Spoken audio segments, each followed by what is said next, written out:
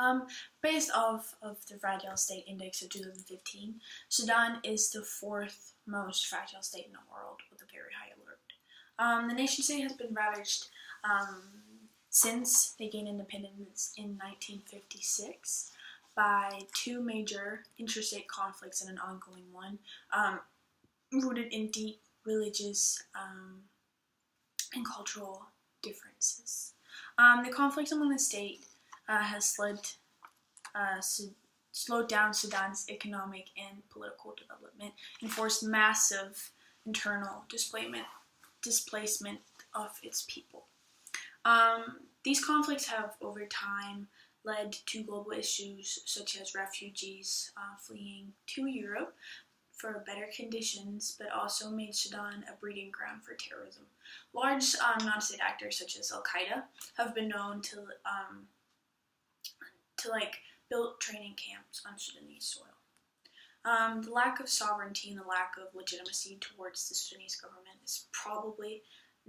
is mostly why Sudan is a fragile state. Its civilians are split into many regions and does not form an independent nation. The government has failed to protect its people from not only outside forces, but also from internal violence and genocide performed by the government itself. When ranking Sudan as a fragile state, three factors stick out and are important to mention. One of them is state legitimacy. Now, realism plays a really important role when talking about why Sudan is a fragile state. The Sudanese government has been acting in its self-interest by wanting to gain full political control and fighting these rebel groups rather than taking care of its people and focusing on developing. Omar al-Bashir, the president of Sudan, believes that all these conflicts can only be fought by the use of hard power, like violence, and doesn't believe that soft power such as diplomacy and agreement can help make peace within the nation state. Sudan is split up in various regions where rebel groups are in control. They all have different, many of them have different religious backgrounds. And religion is, after all, the central factor of the interstate conflict in Sudan. It is the Muslims, Islam, versus the Black native culture.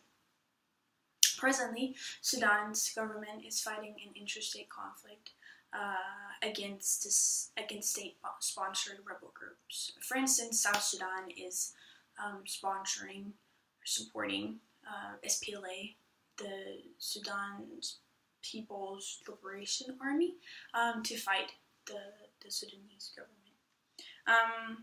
And as I said before, Omar al-Bashir wishes to gain full internal political control over every region.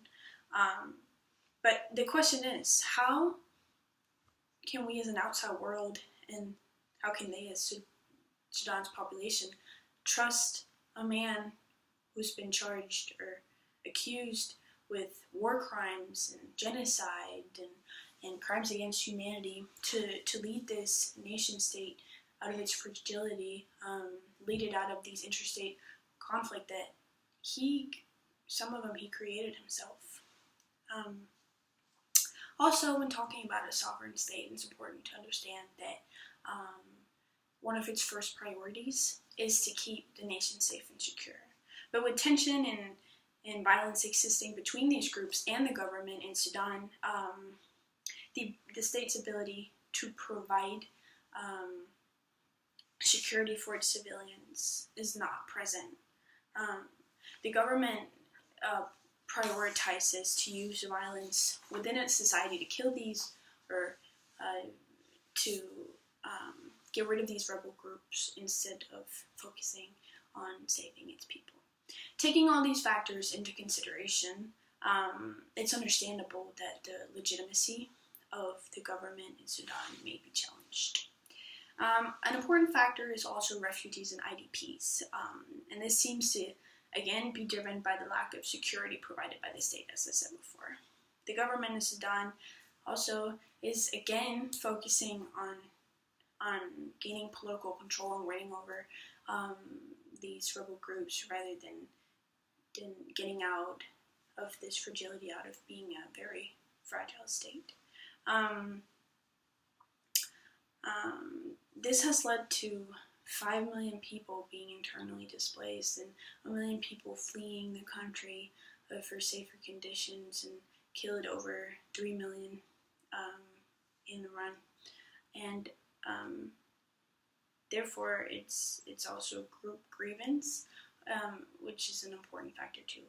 Group grievance refers to the concept when tension and violence exist between groups within the nation state, so that the state's ability to provide security for its nation is undermined. And as I said before, the interstate conflict, has led to massive insecurities of the Sudanese people. China has a major regional influence in Sudan. China is providing military power to the Sudanese government in return for oil. China does not wish to lose this oil source from Sudan, and instead of helping